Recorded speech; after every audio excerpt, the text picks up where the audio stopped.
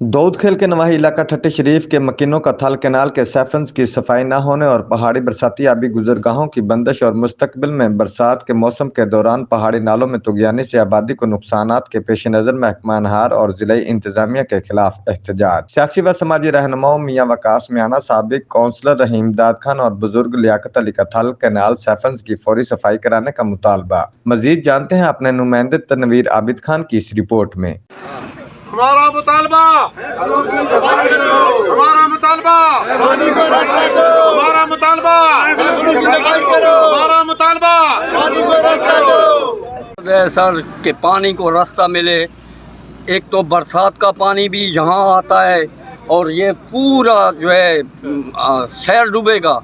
لیکن صفائی کا نام و نشان تک نہیں ہے۔ اگر آئندہ برسات کے دوران جب بھی بارش ہوئی تو یقین مانے کہ ہمارا مکمل طور پر جو پانی کا نکاسی کا جو راستہ ہے بند ہو چکا ہے۔ کم 80,000 کی آبادی دودھ کھیل کی ہے، وہ بھی پانی یہاں آ رہا ہے۔ ٹھٹھی کی بھی 20-25,000 30,000 آبادی ہے،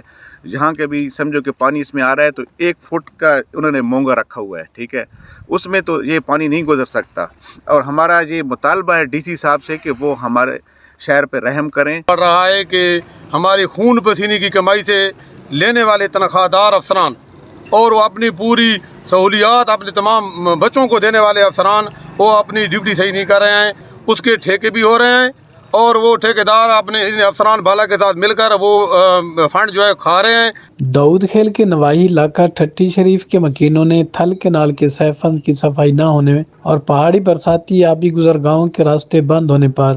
محکمہ انہار ضلع انتظامیہ کے خلاف ٹھٹی اڈا پل پر احتجاج کیا، جس میں سیاسی، سماجی و مذہبی رہنماؤں کے علاوہ شہریوں کی کثیر تعداد نے شرکت کی اور سیفن کی صفائی اور پانی کی گزرگاہوں کی بحالی کے لیے نعرے بازی کی۔ اس موقع پر سیاسی رہنما میاں وقاص میانہ، سابق کونسلر رحیم داد خان اور بزرگ لیاقت علی نے کہا کہ ہر سال محکمہ انہار کی جانب سے سیفن کی صفائی کے لاکھوں روپے کے ٹینڈر ہوتے ہیں،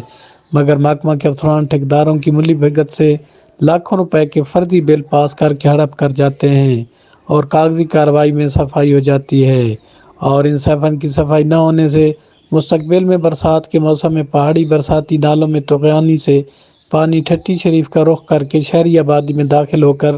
گھروں کو نقصان پہنچا سکتا ہے۔ لہذا شہریوں نے محکمہ انہار اور ضلع انتظامیہ سے مذکورہ سیفن اور آبی گزرگاہوں کی صفائی کا مطالبہ کیا ہے۔